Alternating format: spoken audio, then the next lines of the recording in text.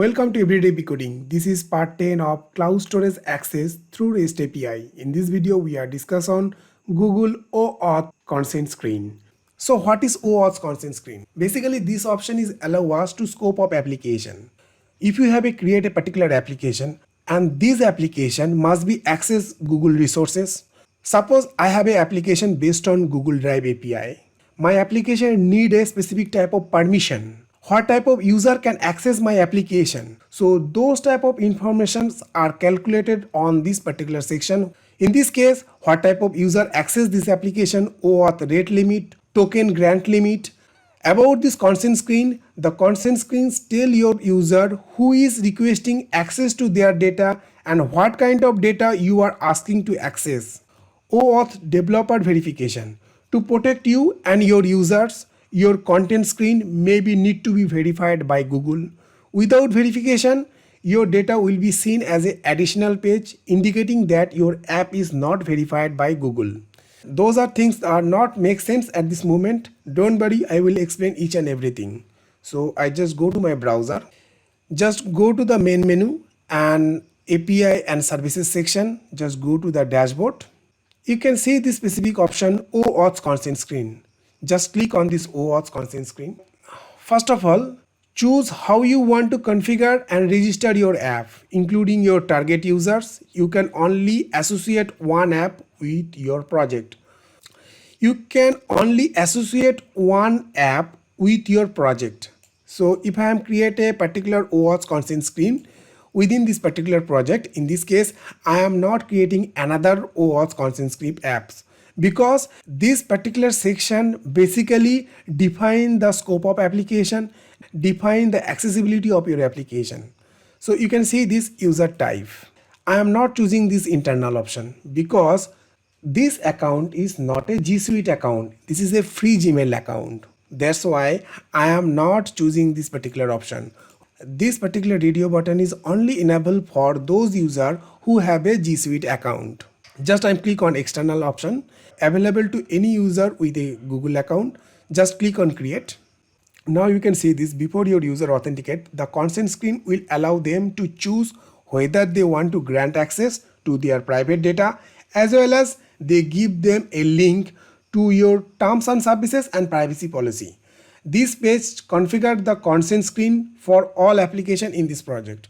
Whenever you create a particular project, I have an application that is based on Google Drive API. First time when I execute this project, my app can access this application name. Here I am put my application name demo app.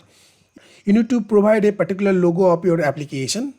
You can see this supporting email address, that means my Gmail account, rajdeepsarkar365@gmail.com, and the scope of Gmail APIs.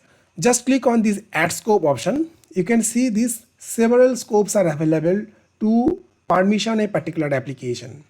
By default, 3 scopes are already available. Lot of several scopes are there. Auth_drive. User who can access my application can see my data, edit my data, create and delete all of Google Drive files. That means this permission is only accessible for Google Drive API. You can see this auth_drive.app data. This particular scope is only accessible, view and manage its own configuration data in your Google Drive. You can see this particular scope auth_drive.file, view and manage Google Drive files and folders that you have opened or created within this app. If you want to know more about these particular scopes, I have created already a particular video. Just go and watch this particular video on my YouTube channel. So I just click on cancel button, and after that, authorized domain. So what is authorized domain? If you have created a particular application, it will be published on a production server, and production server has a particular domain. Your application can access by a particular domain, suppose www.abcd.com. You just provide this particular URL, and your application have a home page, your application have a privacy policy link, and your application have a terms and services link. Those are individual links you need to provide, but those are optional. You may be provide or you may not be provide in this section. So OAuth verification, it is the very important things. create a particular application, you have to publish this application on your production, you have to access the Google data. So Google service provider can also access your application. You have to request them to verify your application. You can say this particular OAuth developer verification to protect you and your user. Your consent screen may or may not be verified by Google. Without verification, if your application is not verified, your user will be see a additional page indicating that your app is not verified by Google. So why we need this kind of verification? Because your application type is public and you add to sensitive scope of verification. Maybe your application can access a secure data. This is the very important things. Verification is required if your application type is public and you add a sensitive scope. Verification may take several days to complete and you will receive a email update of its process. So what is unpublishing? Even though your consent screen is unpublished, you can still test your application with your users in the following limitations. What are the limitations are there? So now I am going to my browser. The limitations are OAuth grant screen, token grant rate. Your current per minute token grant rate limit is 100 grant per minute and it will be reset every minute. Your current per day token grant rate limit is 10,000 grants per day. So those kinds of limitations you have to face if your application is not verified.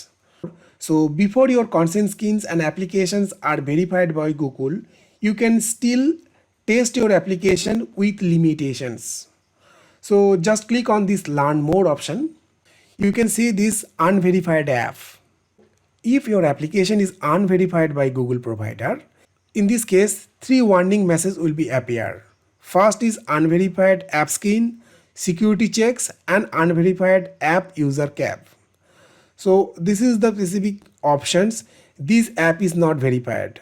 This kind of security information because Google is not verified this particular application. Okay, and security checkup. Why the security checkup? Security checkup might show up your app as risky and unverified. When an app is unverified, it has not fully completed the OAuth app verification. Depending on the sensitivity of data being requested, verification might require several months of an application to complete it. So you can see those kind of warning, this kind of warning, this kind of warning, and last you can see this kind of warning. So unverified app user cap. To protect users and Google system from abuse, apps that use the OAuth and cloud identity have certain quota restriction based on the risk level of the OAuth scopes and app users. I hope you have cleared all those things. So I just click on save button. Now you can see this my demo app is created and the verification status is not published and user type is external, and you can see this lot of limitations are there. I hope you like this video. Thank you for watching this video. My next video, authentication to Google API services. That's it for today. Have a good day.